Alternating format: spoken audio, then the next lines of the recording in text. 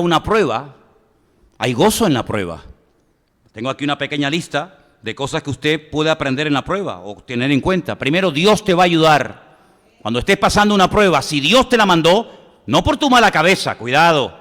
Si Dios te mandó una prueba, Dios te va a ayudar, te va a dar la fuerza, te va a ayudar para que te goces. Dice, tener por sumo gozo cuando os halléis en diversas pruebas, ¿sí o no? Lo dice Santiago, tener sumo gozo cuando os halléis en diversas pruebas. El texto original dice pruebas de diversos colores. ¿Y qué tiene que ver esto con las pruebas, con los colores?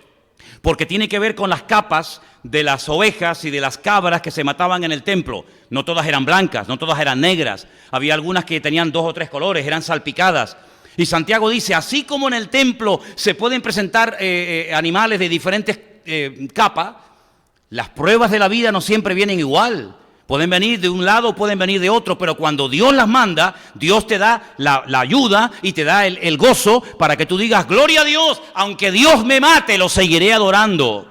Como decía aquel hombre en la Biblia, ¿verdad? Este hombre se llamaba Job. La segunda cosa, cuando una prueba es de Dios, tú tienes paz. Yo te pregunto, ¿tú tienes paz?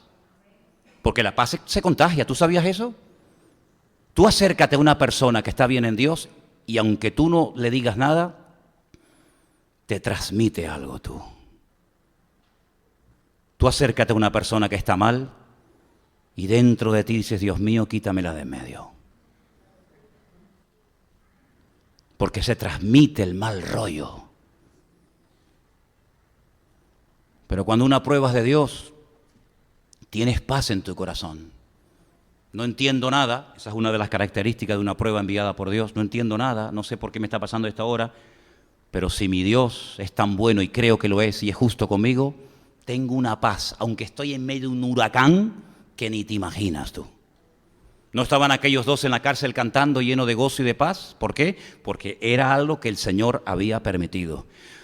Pero cuando algo no te lo ha mandado Dios, sino que tú te has metido en follones por tu culpa y por tu mala cabeza, estás amargado, te estás todo el día quejando, le estás echando la culpa al diablo, a Dios, a la iglesia, al pastor, a los hermanos, al marido, a la esposa, a todo el mundo menos a ti.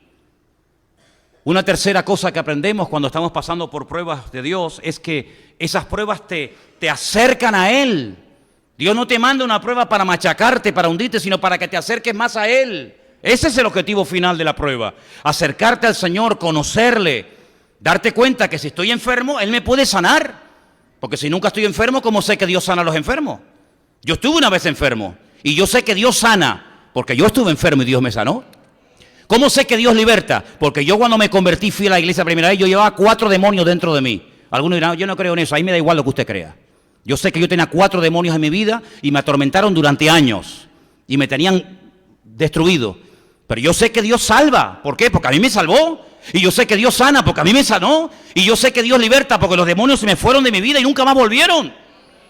Entonces cuando Dios te manda una prueba es para enseñarte algo, para que te acerques a Él.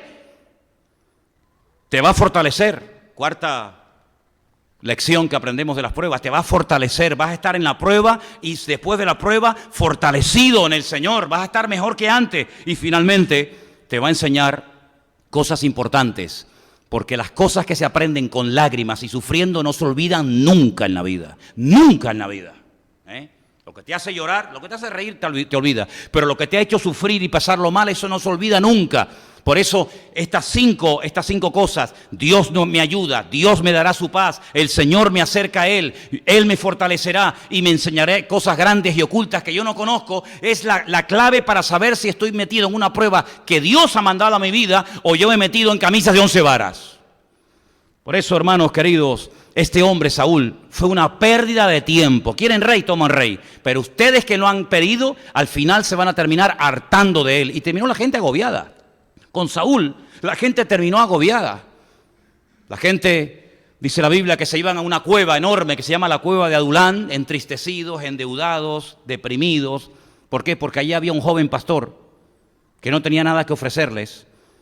Pero estar al lado de David era una delicia. Se vivía y se estaba mucho mejor al lado de David en una cueva que en un palacio viviendo con el rey Saúl. ¿Qué te parece? ¿Sabes que su hijo Jonatán, llegó a decir que su padre era un problema nacional. Primera de Samuel 14:29. Dice así la palabra. Jonatán dijo, mi padre ha turbado el país. Mi padre es el que ha traído la ruina a este país.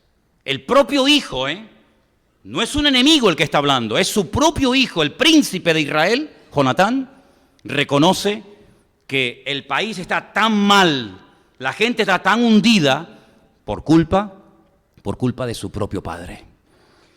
Ahora, lo que me llama la atención es que el rey que el Señor iba a poner, que era David, el que tenía que haber sido el primero y no el segundo, no era perfecto, ¿verdad? David no era una persona perfecta. ¿Hay alguna persona perfecta esta tarde aquí entre nosotros? Pues no. Hay 2 versículos en la Biblia que nos dice lo que sí es perfecto. Escucha este versículo, Salmo 19:7. Escucha bien.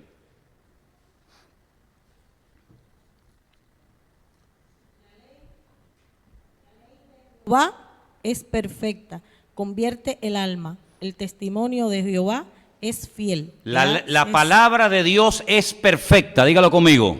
La palabra de Dios es perfecta, no le falta nada, no hay que quitarle ni hay que añadirle. Es perfecta. La Biblia es perfecta. La mires como la mires. Es un libro perfecto. Por eso es el único libro que lo puedes estar leyendo 50 años todos los días y no te cansa y no te aburre.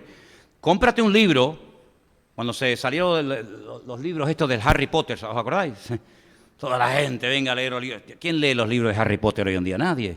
¿Tú serías capaz de leerte 50 años seguidos todos los días el Quijote? ¿Quién se lee el tocho ese? Yo creo que ni Cervantes se lo leyó. Todos los libros aburren, toda la literatura es cansina. Termina diciendo, no, ya lo leí, ya lo sé. El famoso libro Los Miserables, ¿os acordáis? El Conde de Montecristo. Sí. Léetelo todos los días durante 50 años. ¿Quién se lee eso? La Biblia la puedes leer por la tarde, por la mañana, por la noche, todos los días de tu vida y siempre tiene algo nuevo.